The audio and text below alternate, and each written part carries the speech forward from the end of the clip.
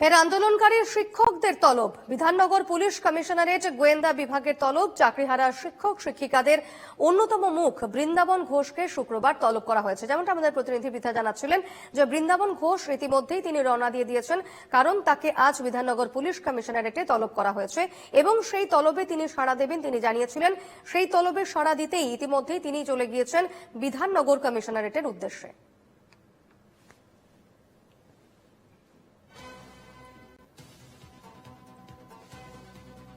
একদিকে অনশনে রয়েছেন 10 আন্দোলনকারী শিক্ষক শিক্ষিকা, তারা আজ থেকে অনশনে রয়েছেন এবং মুখ্যমন্ত্রীর সাক্ষাৎ চাইছেন তারা।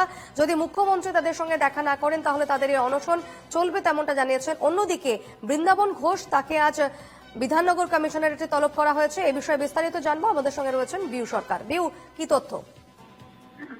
একদিন দেখেছি আমরা যে গত 15ই মের ঘটনায় যা আন্দোলনকারী যে সমস্ত শিক্ষক শিক্ষিকারা রয়েছেন তারা বিকাশ ভবনের সামনে আন্দোলন করছিলেন এবং তারপরে সেদিন বিকাশ ভবনের গেট টপকে তারা ভেতরে প্রবেশ করে এবং ধুন্ধুমার পরিস্থিতি তৈরি হয় বিকাশ ভবন চত্বরে। এবং বিকাশ ভবনের যারা সরকারি কর্মচারী রয়েছে তাদের আটকে রাখার অভিযোগেই সমস্ত শিক্ষক শিক্ষিকাদের, তাদের মধ্যে ইতিমধ্যে দেখা গেছে 8 জনেরও বেশি জনকে তলব করেছে চিন্ময় মণ্ডল, মেহবুব মণ্ডল, যারা অন্যতম মুখ, এবার অন্যতম মুখ বৃন্দাবন ঘোষ, তাকেও এবার বিধাননগর উত্তর থানা থেকে তাকে তলব করা হলো। বিধাননগর গোয়েন্দা শাখা গিয়ে জিজ্ঞাসাবাদ করবে, এমনটাই সূত্রের খবর। এবং যেটা জানা যাচ্ছে যে এই যে গত 15 মের ঘটনাতেই তাদেরকে এই তলব, এমনটাই পুলিশ সূত্রের খবর। পাশাপাশি তারাও আজকে এই তলবে হাজিরা দেবেন, এমনটাই জানানো হয়েছে। এর আগেও আমরা দেখেছি যে চিন্ময়, মেহবুব সহ অন্যান্য গ্রুপ সি গ্রুপ ডি শিক্ষাকর্মীরা তারাও দিন হাজিরা দিয়েছিলেন, তাদেরকেও তলব করেছিল।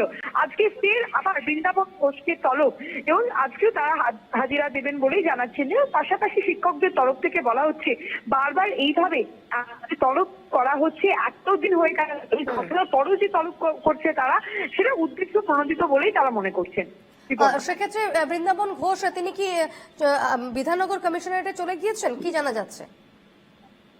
এখনো পর্যন্ত যেটা সূত্র থেকে জানা যাচ্ছে যে এখনো পর্যন্ত তিনি জাননি, কিন্তু তিনি খুব শীঘ্রই, কারণ তিনি যেটা জানিয়েছেন যে যেহেতু তিনি আগে থেকে জানতেন না, কালকেই তিনি জানিয়েছেন তার বাড়ি যেহেতু দূরে, সেখান থেকে তিনি আসছেন, এসেই তিনি হাজিরা দেবেন।